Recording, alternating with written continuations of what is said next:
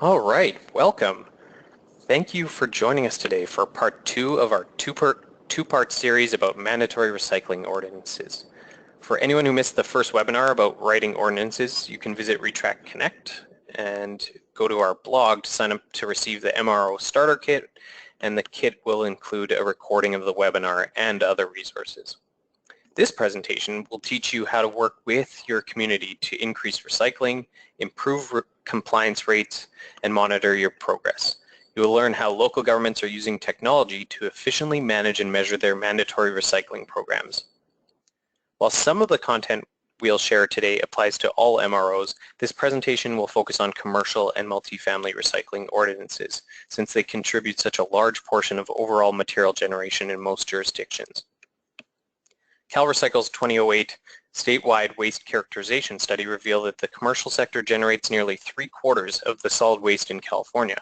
In our research, we found similar waste generation statistics in other states. So what are you going to get out of this presentation? By the end of it, you'll be ready to apply the 3E strategy to optimize your MRO.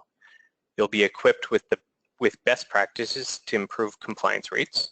You'll be motivated to implement proven systems to help you manage your MRO, and you'll be armed with valuable lessons from experienced communities that we interviewed.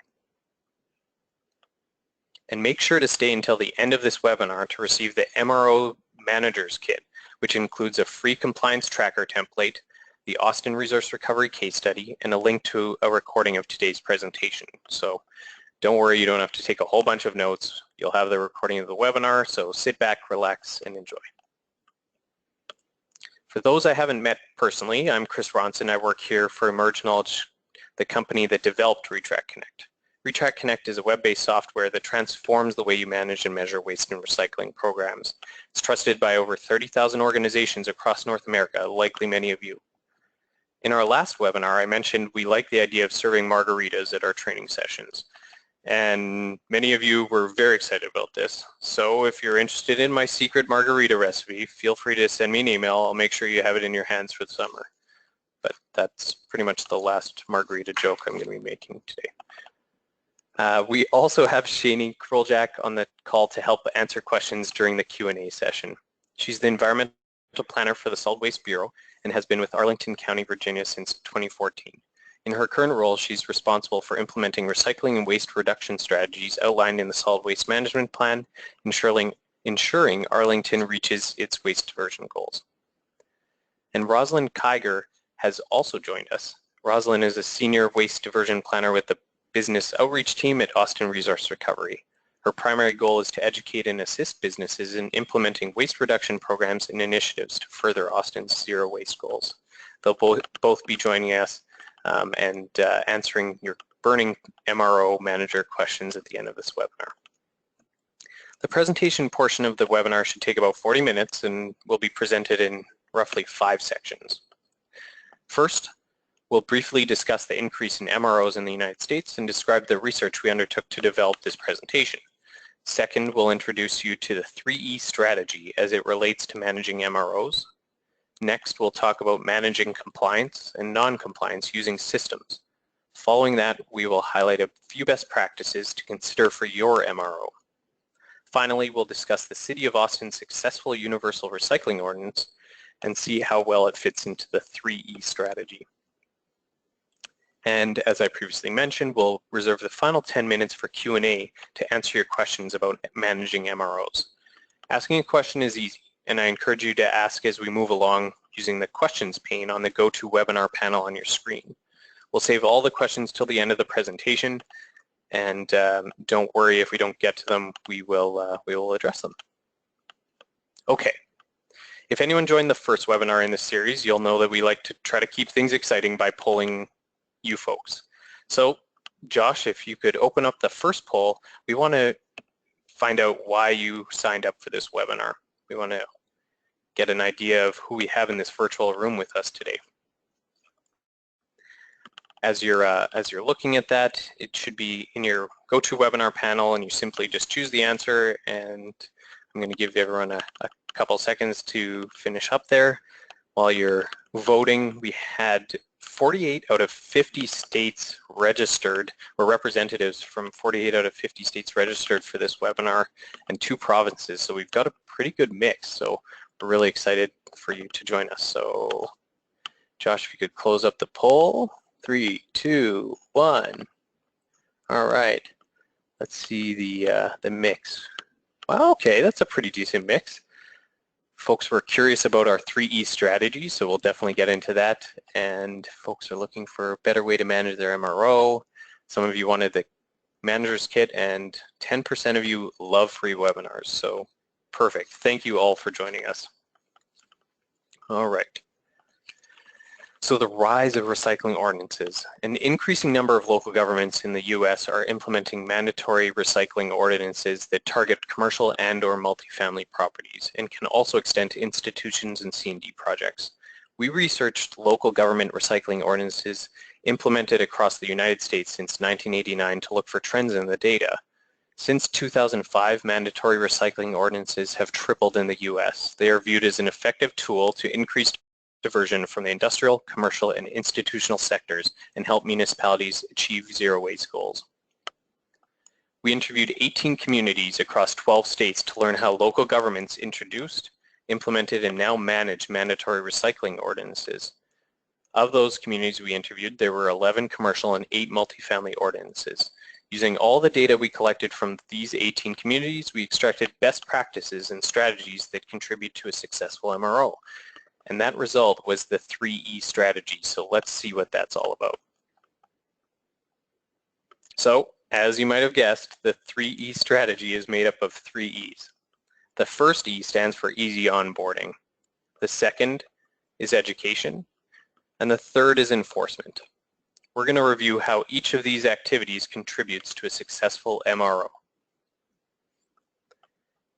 They say you only have one chance to make a first impression. We make judgments in a split second, so you'll want to get it right from the start. Impress property owners by making it easy for them to enroll into your MRO compliance reporting system. Remember that your ordinance gives them a lot of extra responsibility. You don't want them getting the idea that your MRO is going to be a headache. Delight them by providing a streamlined onboarding process.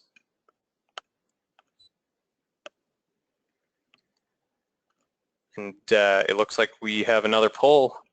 So we want to know, and this will help us get a sense of the types of properties that your ordinances focus on. So if you have an ordinance in place right now, or you're looking to, what types of properties does that ordinance focus on?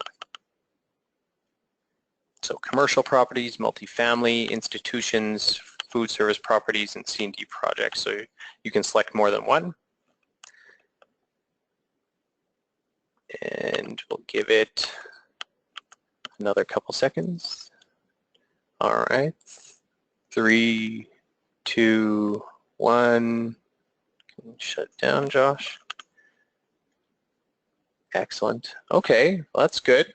The majority is focusing on commercial and multifamily properties. We do have some C&D projects and some food service properties. So decent mix, but heavily weighted, which is perfect because we are focusing the webinar on those top two. For many of you, the challenge of identifying target properties is already familiar territory. It can be even more difficult to find the right contact person. You need a reliable way to identify target properties and collect the necessary contact information. While this challenge is common to most municipalities, the solution may not be the same for everyone. Here are a few possible solutions you should explore. If you have a commercial MRO, you can consider partnering with your business permitting department. Another option is tax assessment districts, because everyone has to pay taxes.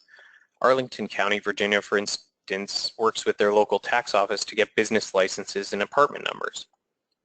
Utility companies are also another potential source for property information.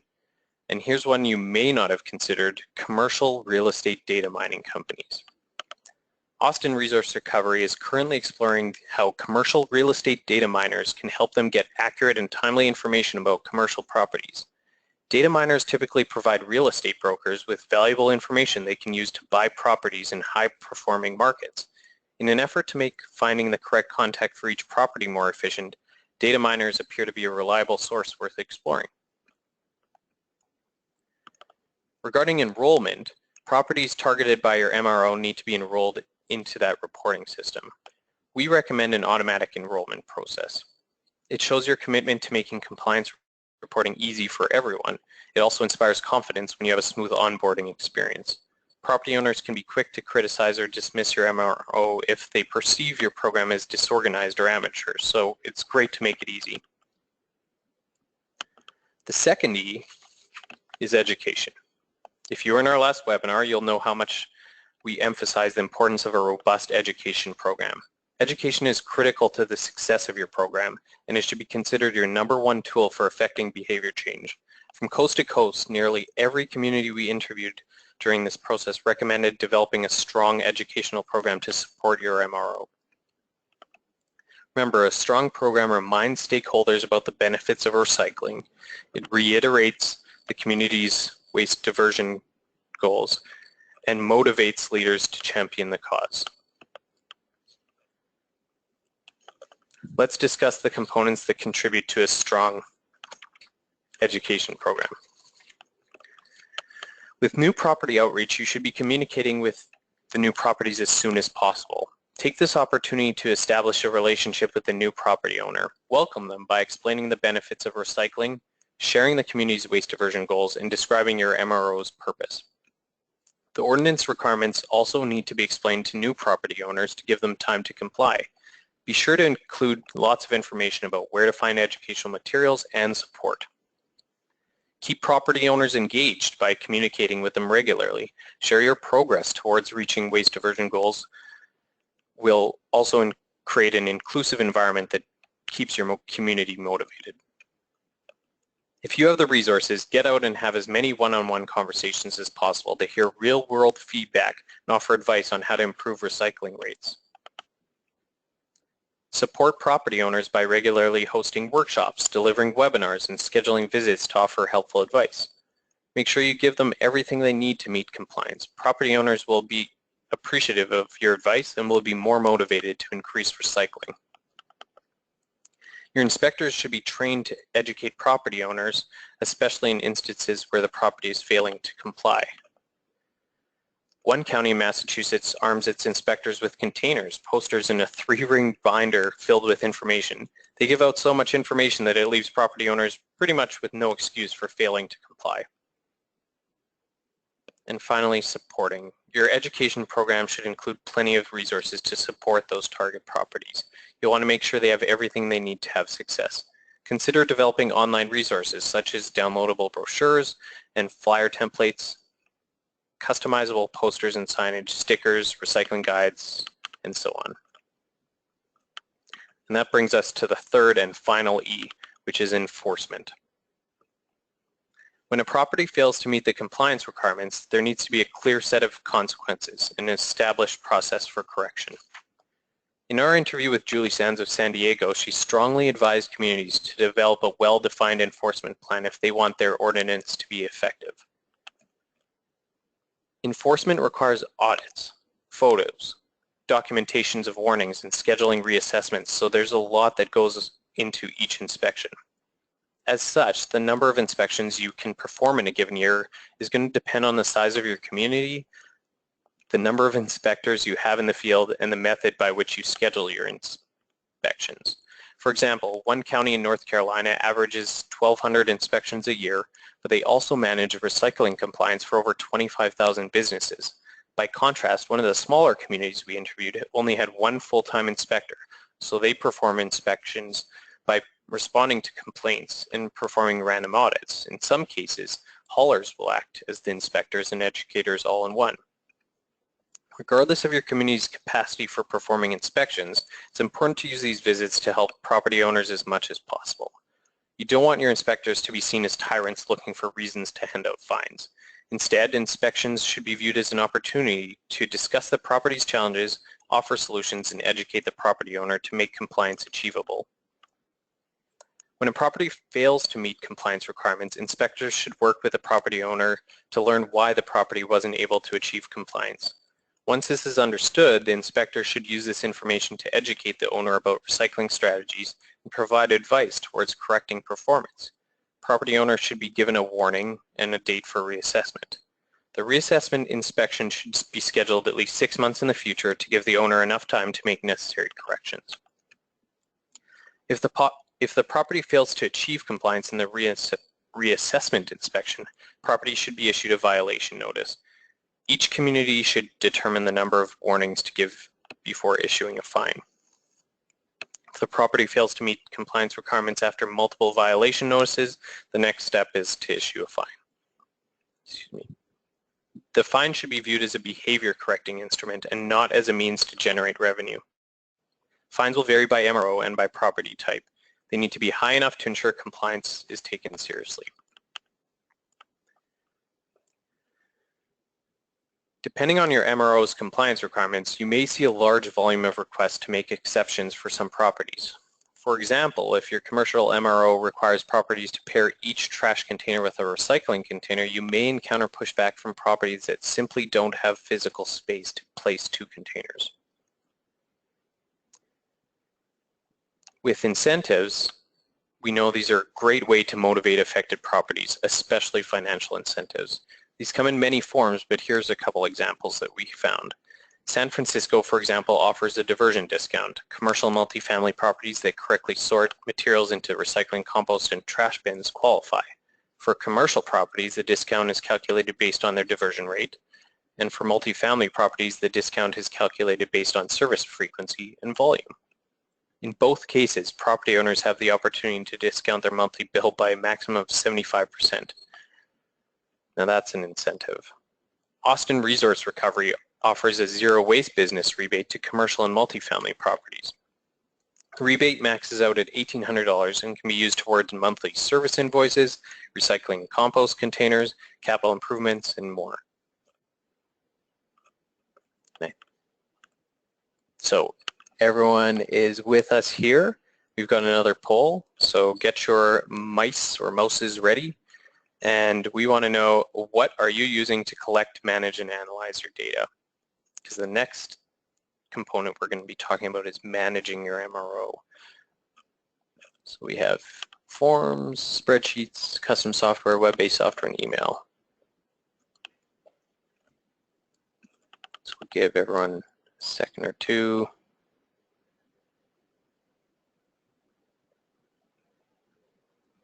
All right, 3, 2, 1. Josh, can you close the poll, please? So we have primarily spreadsheets, kind of split between paper forms, custom software, and web-based, and some, actually 24% are using email, so that's very interesting.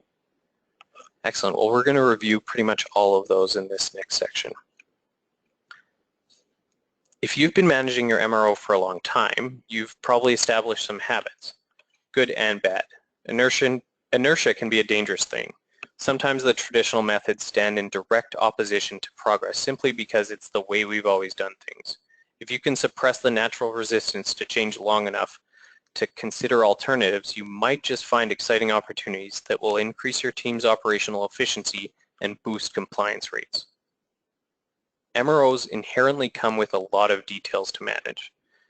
You need to be able to keep tabs on all affected properties by having the latest contact information. You need to be able to manage compliance statuses for each property. You're going to need to accept, review, and render final decisions when properties request to be waived from MRO compliance requirements. You need to document and schedule inspections, track communications, and schedule reassessments. And you need to be able to measure overall compliance and diversion performance to see how well things are going. It's easy to get overwhelmed with all the activities and information when managing an MRO, so you need to have good systems to help you manage compliance and non-compliance. Collecting data is a non-intrusive way to get the information you need without having to visit every single property, which can be extremely time-consuming. The data is used to evaluate each property's compliance, schedule the necessary inspections, and measure overall diversion performance. There are many ways to collect data for your MRO, but as we'll see in a moment, they're not all created equal. Paper surveys are the most inefficient data collection method out there that we've found. Paper surveys are mailed to property owners to be completed and returned by a specific date. This process is very time-consuming for everyone involved. Here's the problem. Mail often gets lost, delayed, or damaged in transit, and these surveys need to make it to the property owner. Then they re-enter the mail system when mailed back. That's a lot of risk for just one survey. Now multiply that risk by every single property owner affected by your ordinance. In addition to being an inefficient process, it also requires a great deal of materials to accomplish a single reporting cycle. Paper surveys, envelopes, stamps, fuel, and more. Worse yet, you're at the mercy of all the mail system, which means you lose all of control during that stage of the process. Once you receive the data, it's time to start the labor-intensive process of checking each paper survey to confirm compliance. If a property owner has neglected to fill in a response, you need to contact them to collect the missing information. Next step is to aggregate all the survey responses by manually entering them into a single document, often a spreadsheet. This stage requires administrators to correct various response formats, 6 versus 6 and so on, and risks data entry error and calculation errors. So overall, collecting data using paper surveys is extremely slow, as many of you are likely aware, an arduous process that requires many resources to complete a single reporting cycle. It'll leave you open to data entry errors and time lost correcting them. Paper forms can get lost or delayed in the mail system. It's not easy to confirm compliance. Data aggregation analysis takes a long time and uses a lot of resources, and excessive materials are required for that single reporting cycle. Next, let's look at spreadsheets. You can't really have confidence using spreadsheets and email to collect and analyze your data. Spreadsheets are versatile and great for managing specific types of data. I use them all the time, but they do have their limitations. They can also introduce risk if you use them to manage large quantities of data, and this is really the key. Spreadsheets aren't designed for this large-scale data collection, aggregation, and analysis. The challenge with using them is that they can introduce data entry errors, calculation errors, and circular references, as many of you might have also found. It can become even more complex if you have multiple versions floating around and you're not sure which one is the most recent. Worse yet, these files can be deleted, overwritten, or lost altogether, and I know we've all had one of those situations happen to us. Overall, it leaves you open to data entry errors and those types of circular references that you want to avoid. Spreadsheets files can be overwritten, lost, or deleted, and controlling the survey versions can be a big challenge. Analysis is complex, can introduce even more errors, especially when you start talking about developing analytical reports, and there's no quality assurance throughout the entire process. So how confident can you be in those results? Next, let's look at homegrown databases. These reporting systems are challenging to develop and costly to maintain. While it's true they offer organizations a lot of control and customization, they take a long time to set up and require a significant amount of resources. Imagine if you needed to request IT resources from your department every time you needed to make a small change to your data collection system. And what if those changes are an urgent request? These homegrown systems are often designed only once at the beginning, but as we all know, things change and improvements will always need to be made. What's gained with the development of a homegrown solution is often lost in subsequent years of program changes, maintenance, and support. They really do require a lot of internal resources to develop, so you're speccing out the system and you're figuring all of the tiny little details. And through that, it takes a really long time to get set up. There's no automatic software updates, and the IT team can't be expected to advise on the best way to collect data. Often they're not data experts. There's limited support available for administrators or reporting property owners because this isn't the only thing that your team is doing, and likely there isn't quality assurance testing to make sure the systems are functioning as expected on a regular basis. And that leads us to our final option, and of course our favorite. Web-based software is a smart investment for communities managing mandatory recycling ordinances. It's designed specifically for efficient data collection, large-scale data aggregation, and real-time analysis. A good software application will ensure your data is standardized to reduce errors and save you from having to chase down missing information. It'll also facilitate consistent communication, instantly aggregate data, and offer best practice reports to analyze program performance. Investing in web-based software also comes with the benefit of experience, quality assurance testing, and technical support. You don't have to worry about maintaining the program, and software updates are automatic. which means it's quick and easy to get started. Software is regularly updated. Data collection, aggregation, analysis is completed in minutes. Best practice reports can be run at any time, so you're able to log in and get the latest insights. Experienced staff will provide expert advice about data collection methods and experience that they've had with other communities. And regular quality assurance testing inspires confidence in your collected data and resulting analysis. Finally, technical support is available to assist both program administrators and your property owners. Using web-based software, reporting is instant because there's a direct connection between program administrators and property owners. So when we think back to that paper survey workflow, you get to eliminate a lot of those steps in the process. So we've reviewed the various methods you can use to manage compliance, but what about non-compliant properties? Your system needs to be able to identify non-compliant properties to take the necessary actions to bring them back into compliance. Once a property has been marked as non-compliant, inspections will need to be scheduled and communications between the property owner and inspectors need to be documented. Non-compliant properties need a lot of attention. You need to communicate why the property is not in compliance, schedule the reassessment, and set expectations for what will happen if compliance isn't met within a specified time period. You need to communicate regularly and document everything so both parties have a record of the next steps. Next, your reassessments should be scheduled well enough in advance so there are no surprises when the inspector shows up to check the property's compliance. The property owner also needs enough time between the original inspection and the reassessment to make the necessary changes that will affect compliance performance. This isn't the only hat they're wearing. You need a system to manage these communications, schedule inspections, reassessments, and adjust compliance status accordingly. And properties will need a way to submit a request to be exempted from the MRO requirements. Your administrators will need a quick way to review these and render final judgment on a case-by-case basis. And this step is often very much a very time-consuming one if you don't have a proper system in place. So managing compliance and non-compliance is clearly important. And you're going to need a way to step back and measure your MRO's performance to see how it all fits together. How are you going to know if your MRO is performing well? Which brings us to measuring your success. Your data needs to be analyzed regularly to measure performance and monitor trends. Your analysis should reveal insights you can use to positively affect your MRO program. Of course, your data is only useful if it's giving you valuable information you can use to improve compliance and diversion rates. For example, one of the communities we interviewed learned that tech companies often fail to meet the compliance requirements.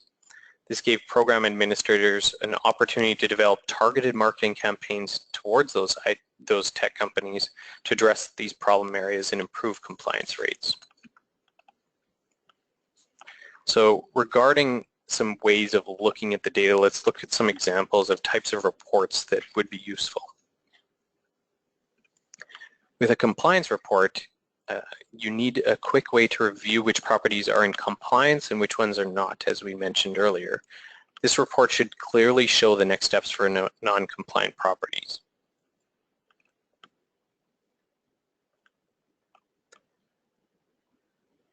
With a capacity report, it's going to give you a detailed view of the waste, recycling, or organic container capacity at each property. Having this information at the click of a button will allow you to review properties that may be under-servicing their tenants or employees. Being able to have this real-time information can be extremely valuable. While compliance is important, you'll also want to see the diversion rate for each of your properties.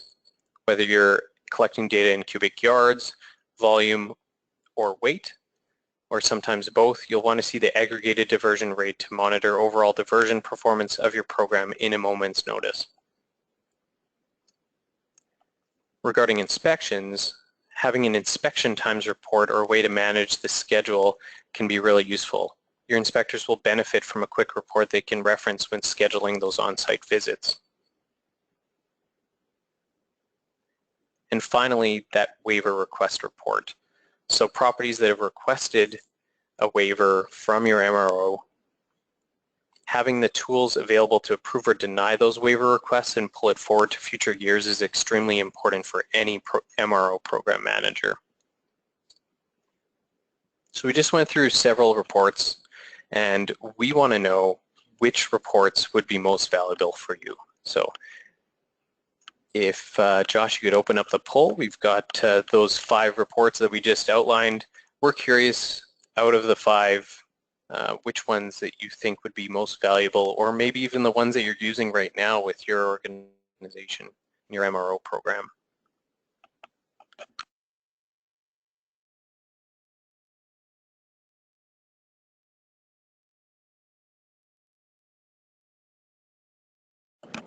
Okay, Josh, if you could shut it down. 3, 2, 1. And the results are compliance report, which makes sense because that's a big part of an MRO, is making sure that folks are compliant, and diversion rate report also at 64%. Waiver request report. Interesting. Thank you. And thank you all of you for participating in such a great way with these polls. It really helps us understand what's valuable of our content and really helps shape our future webinars. Okay, so we're going to jump into the next section, and that's talking about support. Property managers need to know that you've got their back. Your support is going to come in many forms, but we're going to touch on a few important ones. Capital. If your MRO has specific container requirements, you should make it easy on target properties by providing the containers they need to comply. If your MRO has a signage requirement, provide posters or signage templates so property owners don't have to figure out how to do this on their own. Like I said, they're already wearing multiple hats as property managers. With organizational structure, we've all been there. You need help, but you call number after number trying to get the right person on the phone to answer your question. Don't leave your property managers guessing. Develop an organizational chart that lists your MRO management team with contact information. Make it crystal clear who should be called for specific questions and concerns. Last but not least, you will need a support team to answer questions and deliver tools and resources to affected properties. Make sure the team is ready to communicate the benefits of your ordinance. They should be experts about the ordinance requirements, your ordinance management systems, and your education campaigns. In this next section, we're going to be briefly talking about a few common pitfalls that you folks can avoid. With the first one, we want you to put fairness first. You want to build relationships with property owners to make it clear that you're all on the same team. Make the assumption that property owners want to increase recycling and comply with ordinance requirements. While it's important to enforce the ordinance, you also want to be fair. Austin didn't begin enforcing their URO until the second year because they saw more value in education for year 1. Try to give non-compliant properties as much leeway as possible. If it becomes clear that the effort isn't there, then enforcement is absolutely necessary.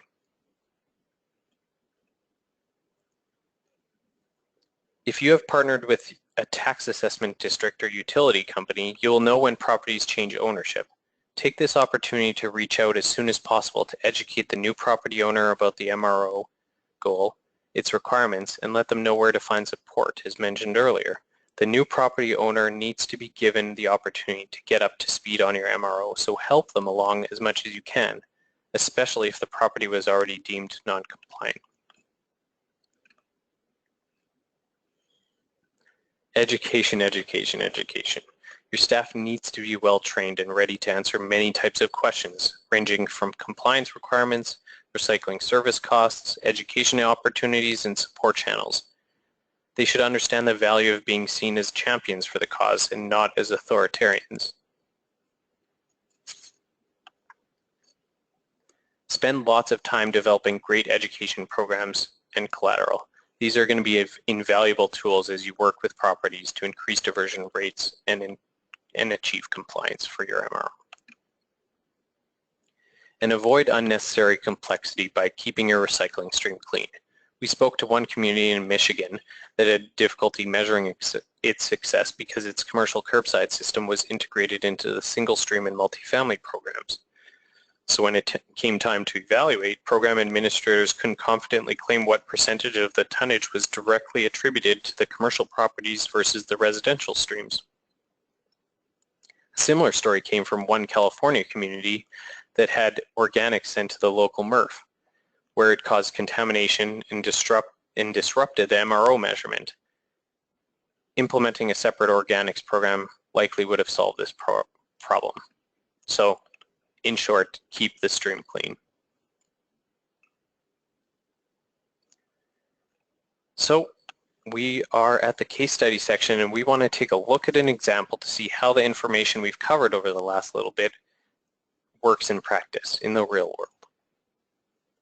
So our case study today is going to focus on Austin Resource Recovery.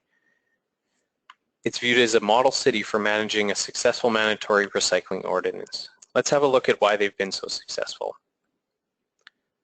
Austin is committed to becoming a zero-waste city by 2040. The city must reduce the amount of trash sent to landfills by 90% to reach their zero-waste goal. In 2012, the City of Austin passed the Universal Recycling Ordinance to support its zero-waste goal. The URO requires commercial, multifamily, and food service properties to make recycling services available to tenants and employees. In the beginning, Austin Resource Recovery collected data from its URO using online text-based forms. The collected data was assembled and dropped into multiple spreadsheets. And as we learned earlier, ARR program administrators spent hours organizing, supporting, sorting, and analyzing the data to report the results to management and the advisory council. And with the scaling that the program was going to do, the whole process was very time-consuming and required a lot of resources just to complete a single reporting cycle.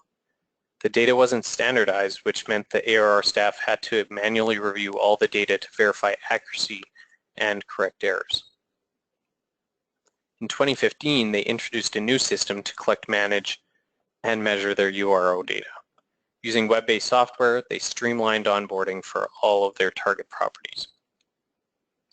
Now affected property owners simply log into the software to submit annual diversion plans, check their compliance status, and communicate directly with program administrators. The ARR team also manages all property contact information, mailings, questions, observations, and compliance actions all in one place. The software keeps administrators organized and confident in the data. So, let's see how this approach fits into the 3 E's. They created a dedicated registration page and educated affected properties about how to report data. And that covers the first E, easy onboarding. Check. ARR delivers free training sessions and workshops. They provide online resources such as signage and brochure templates to make URO communications easy. And that covers the second E, which, as you might remember, stands for education. You can check that one off the list. And while they focused on education in the first year of the ordinance, fines were issued in the second year for properties that failed to comply. And that covers the third and final E, which stands for enforcement check. Great job, Austin. So we covered a lot today. We learned how to apply the 3E strategy to optimize your MRO. We reviewed some best practices to increase compliance rates. We ran through proven systems to efficiently manage your MRO. And we gained valuable lessons from experienced communities so you can avoid common pitfalls. And that brings us to our Q&A session, and we're seemingly right on time, which is always nice.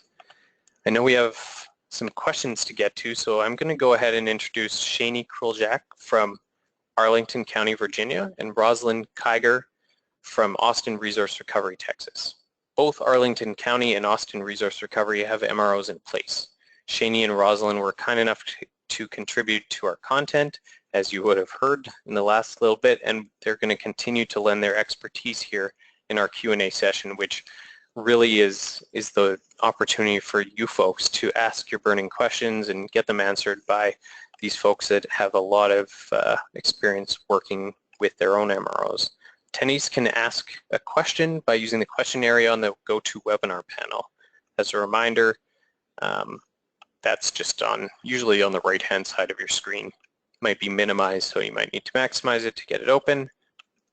And don't worry if your question doesn't get answered. We'll send out the questions asked and the answers to all attendees following the webinar. So I'm going to make sure, Rosalind and Shani, are you both off mute or available? Yes, I am. Yes, I am as well. Awesome, thank you. And Josh, do you have some questions teed up here? I sure do. Okay, so let's start with the first one. We have a question from Kyle, who asks, how do municipalities manage customer relationships? CRM, such as Salesforce, or is there some other strategy that's being used?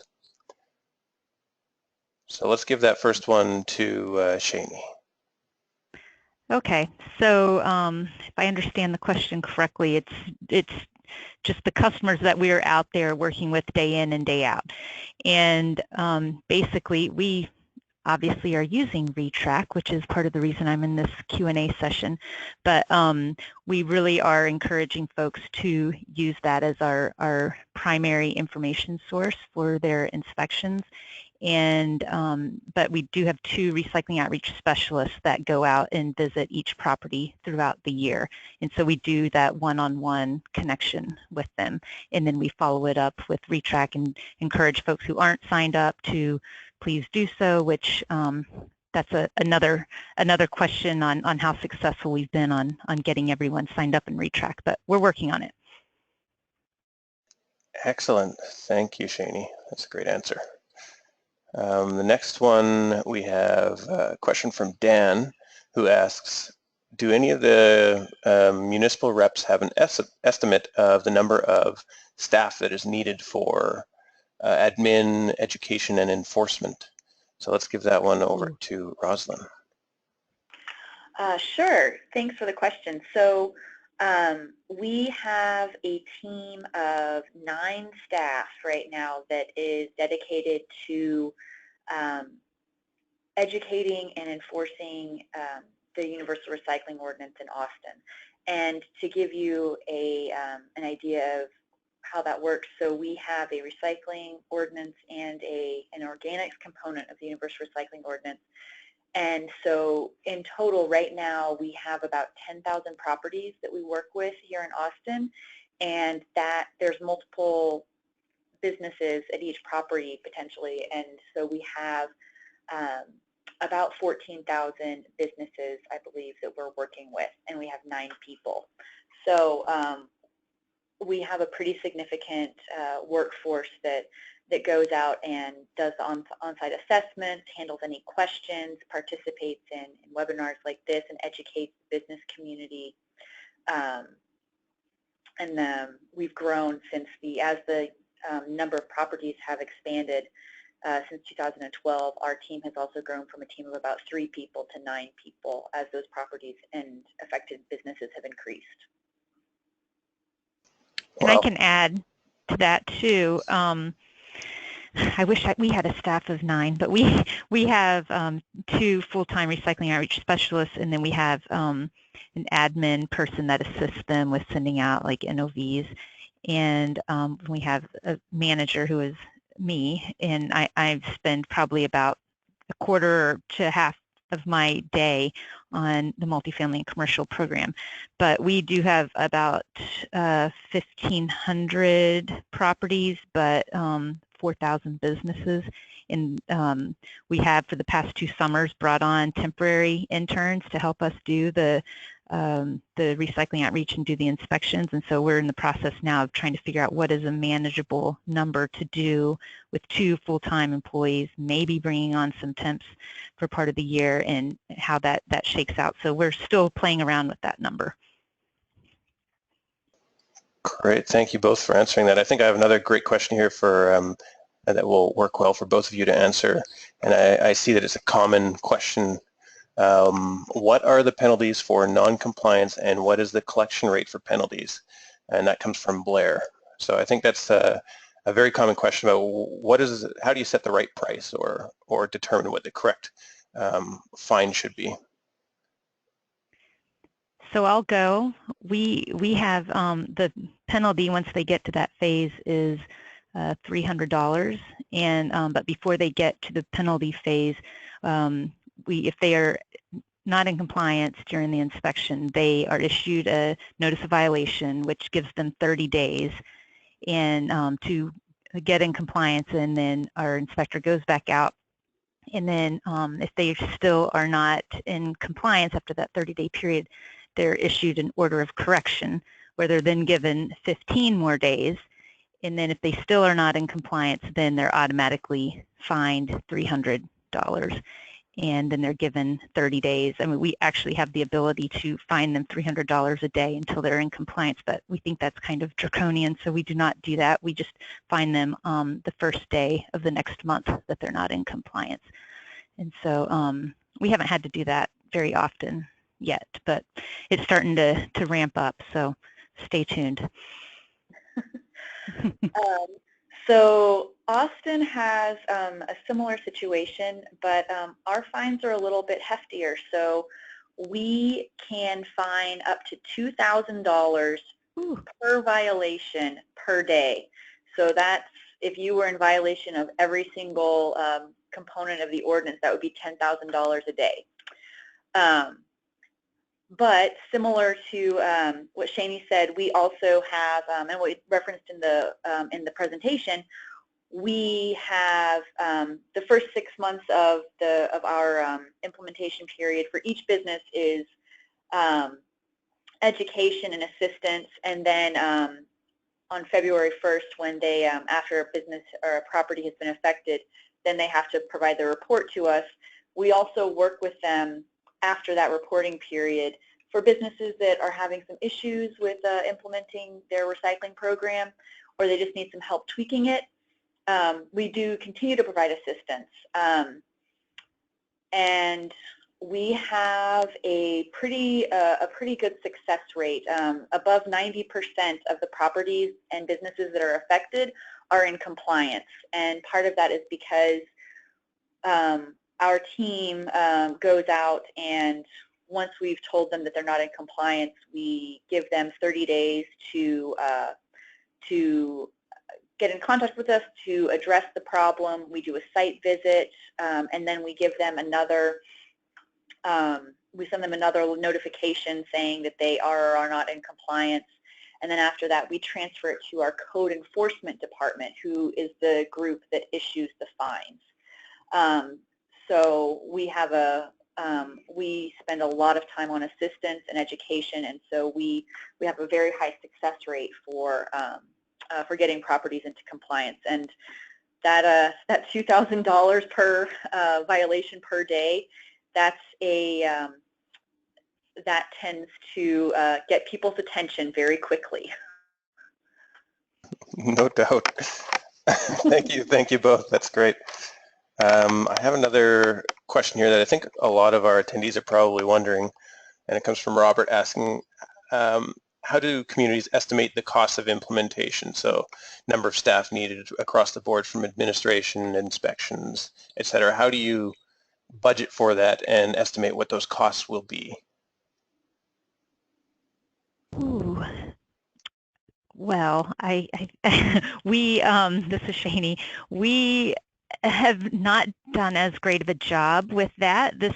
We've had our program in place for, I think, since 2009, a while, way before I was here. And at that time, I think they just calculated the cost of 2 full-time recycling outreach specialists. And then from there, we set a fee, which is called the recycling inspection fee for the businesses that are in the program, and that's $66 a year that they're required to pay. And it's been that way ever since. And I think it actually was 2011, not 2010 or 2009. 2011 is when we started the $66 fee.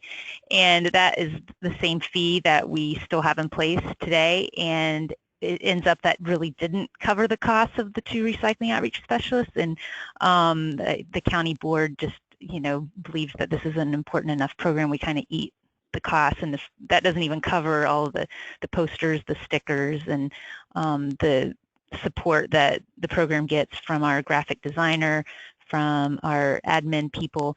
So we're not covering the cost, and that's another part of what we are trying to figure out, how's the best way to estimate our costs and cover our costs.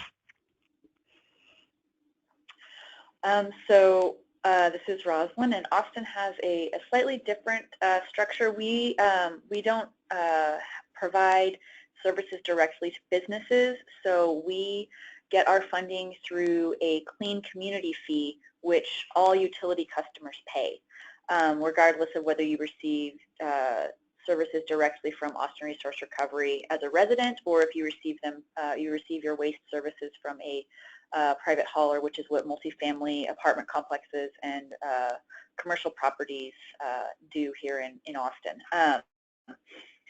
But they both pay that clean community fee, and that is where we receive a good portion of our funding. And so we had before the Universal Recycling Ordinance, we had a commercial and multifamily recycling ordinance, and that had three individuals that were working with commercial and multifamily properties. And then when we implemented the Universal Recycling Ordinance, we also had 3 staff members, and then we really looked at the total number of businesses that were in Austin and looked at the projected growth, and we did some planning on that end to identify the number of properties that those 3 employees were able to handle, and then projected the growth out and added employees as we were able to. We still do rely on temporary employees and interns during the summer to help us implement some of our zero waste initiatives, but most of the core services are done by our full-time staff. And so, I mean, we have Austin is a quickly growing city, and so one of the things that we have been able to really focus on is making sure that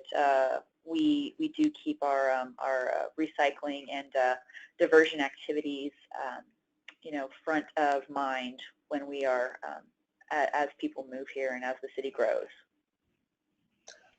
Awesome, thank you for those great answers. Those are filled with detail, and we only have a couple more minutes. We have one more poll that we want to take before the end of this, so I'm going to take just another couple quick questions. Jean asks, what is an example of a tech company? And if I recall from that interview, that was like electronics manufacturers. So that's, I believe that was where they were seeing a lot of trouble, and so they actually took to social media to try and improve those compliance rates there. And then we'll take one more question here, and this one comes from Alec. This is, have you found challenges specific to getting convenience stores and gas stations to comply? Any lessons learned that you might want to share? Yes. We have experienced difficulties, and in fact, we get them in what we think, they're in compliance, and then we'll go by a few months later, and their recycling containers are gone.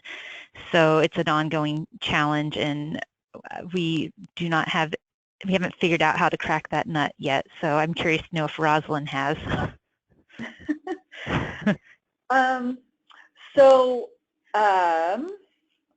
So we have an interesting, I guess the way our ordinance is set up might be a little bit different, and so we aren't very prescriptive about the containers that are inside the business, or how you set up the containers, the recycling and composting or organics containers within your business, but we are very prescriptive about what you have to do regarding the dumpsters.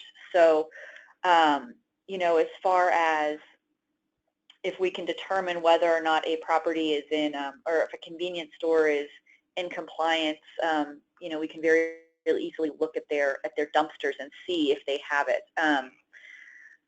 We have been, we've worked with some of the larger convenience stores, and we are working with a professional organization that works with a lot of the convenience stores. And so we are currently developing some outreach materials and giving presentations and working with that organization that to try to reach out to convenience stores and gas stations and you know, see if there are specialized materials that we need to develop for them. You know, any way that we can make it easier for those that specific merchants group to ensure that their employees do have access to recycling. Awesome. Thank you both. And there are lots of questions, so I just want to remind everyone we're going to document all these questions and then we're going to develop a blog post where we can answer them for you. But we have run out of time for Q&A, so I'm going to hand it back over to Chris so we can take the last poll and talk about a few last items. Perfect. And thank you again, Rosalind and Shani. That was awesome. So, like Josh mentioned, we have one last poll, and also before you, or as you leave, there's a survey at the end of after you leave the webinar. So please make sure to fill that out, and we'll send you the recording of the webinar and the whole MRO Manager's Kit. So our last poll of the day, we are hoping that you can help us choose our next webinar topic. We've had a lot of interest for the last two, and so we'd like to keep this thing going.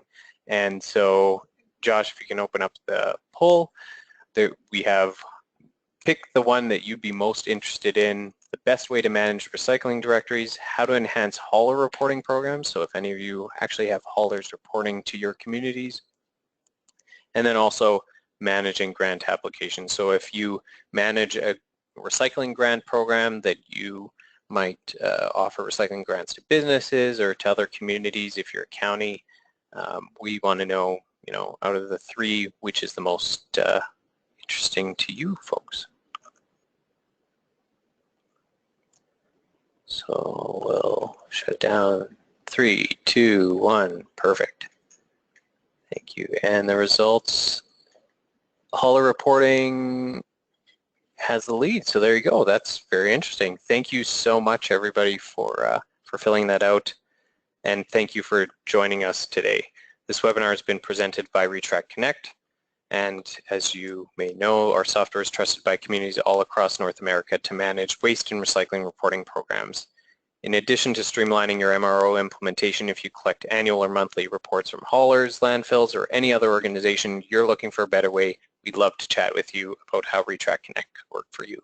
So you can visit our website, reply to the webinar, follow-up email to learn more about Re-TRAC Connect. And I want to thank you all so much again, and cheers. Thank you. Take care all. Have a great afternoon.